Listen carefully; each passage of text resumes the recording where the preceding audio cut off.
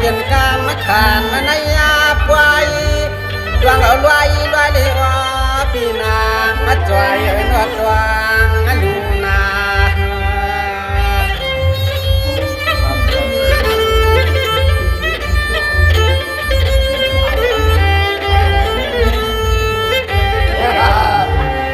สังว่าคำใน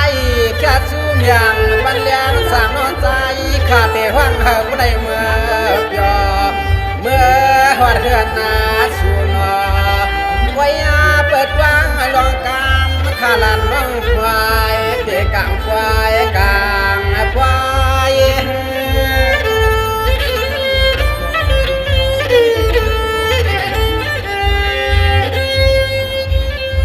ควายเนื้อเปียหน้าสวรรค์พี่ใครเปลี่ยนเสียงเฮลาลันเดนใจ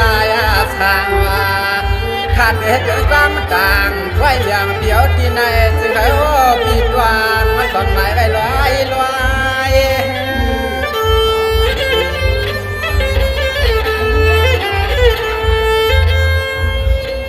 ไว้ยาโน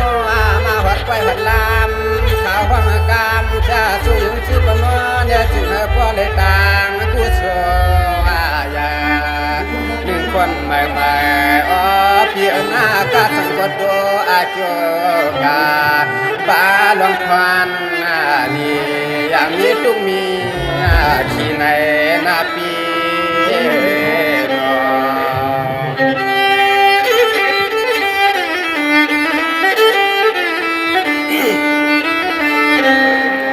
สังวาด้วยลูกพี่จ่วยนะฮัลโหลเฮ็ดมาช่างก็สิหาผู้ใดเปลี่ยนควันดีต่างขี้ไก่ตัว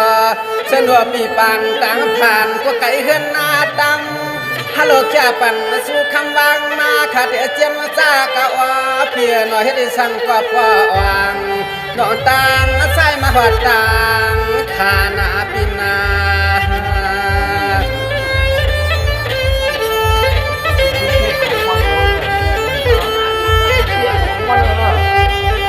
สังวาเปียหน้าในหมู่บ้านล้านในหนองเนี่ยพาเลยหันก็ผู้ฮักจวงเนี่ยทำหา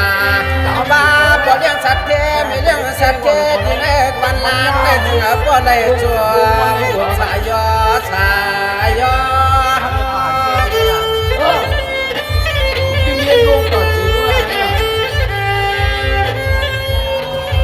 ว่าโน่เงินชาติวายิมาก็ป้าก็นอจึงนาตะโกยาเงินวันใหม่ๆจังอ๋อปีผู้ใดหัวล้านขึ้นเดือนจะช่วยมันอย่างปันนอใจข้าไก่ก็นอนในอ๋อเนี่ยจะผู้ใดเมื่ออ่านหัวล้านสาวเดินในนาปีนาปีนอ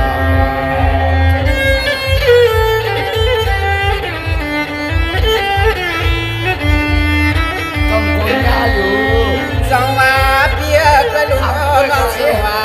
ชิวปันในหัววังจังดวงเจเจฮัลโหลสังวาปีเก่าไล่เปลี่ยนนางมีปวงโนนาเฮือนดังพวกวันอุ่นสิ่งพวกไรดีไรกว้างนาเฮือนพี่มีส่วนป้าลูกหลังหอมจำบานบาน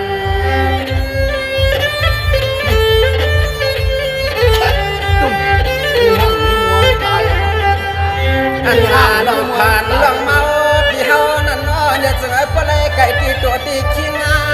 ข้าเด็กว่ายันสุดดังที่เนวัดจ้องไปเมื่อใจถึงป้าลองลีลองกว้างขันว่าเดียนัว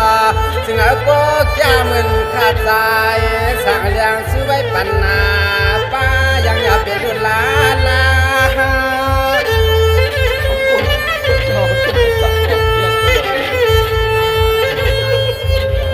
วายาโนอาจึงเอาผู้ใดมีนวดกาหัวมาหัวเมื่อ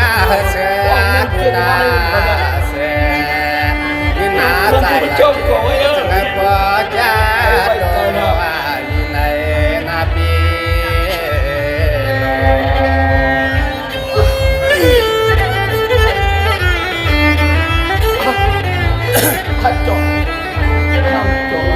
จังหวะเพียเพียงปอฮัลโหลเพียงปอลักข้อเตรียมมาจ้าปีไหนวันนากาฮัลโหลขาดเดียจูป้า การนอคำคืนกินนาแก่อยู่ตาเชโอ้ยาเปียนอนน้องเงินน้องคำก่อนตัวยาแก่กว่าล้วนขวางทั่ว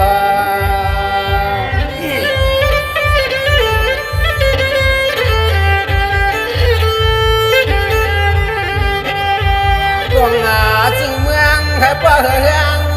หน้าเมืองก่อนนี่จึงให้ป่าแก่ป่าปังสังสายน้องชัวชู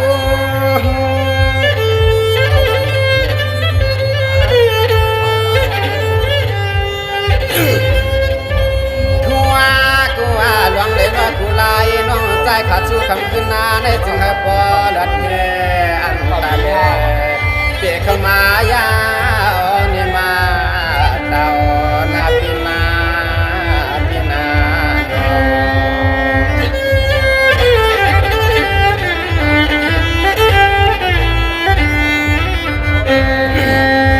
สวัสดีหลานสางน้องสุควาย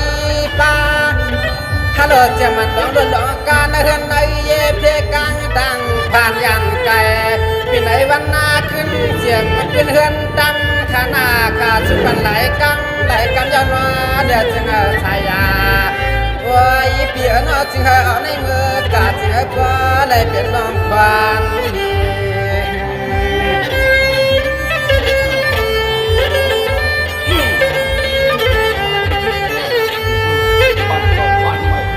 เมีย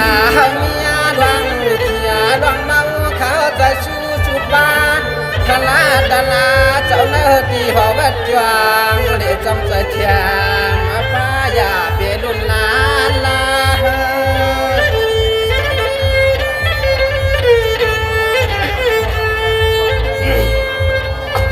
ว่ายาว่างอามาไม่ปันก็ผูกได้นอกก็ตัวยา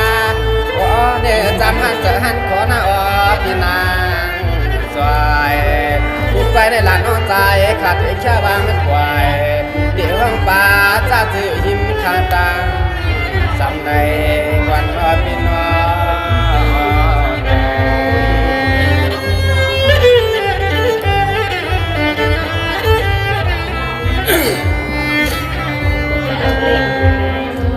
มีหนังไหนเนี่ยขนมก็ปกติด้วยเนี่ยขนม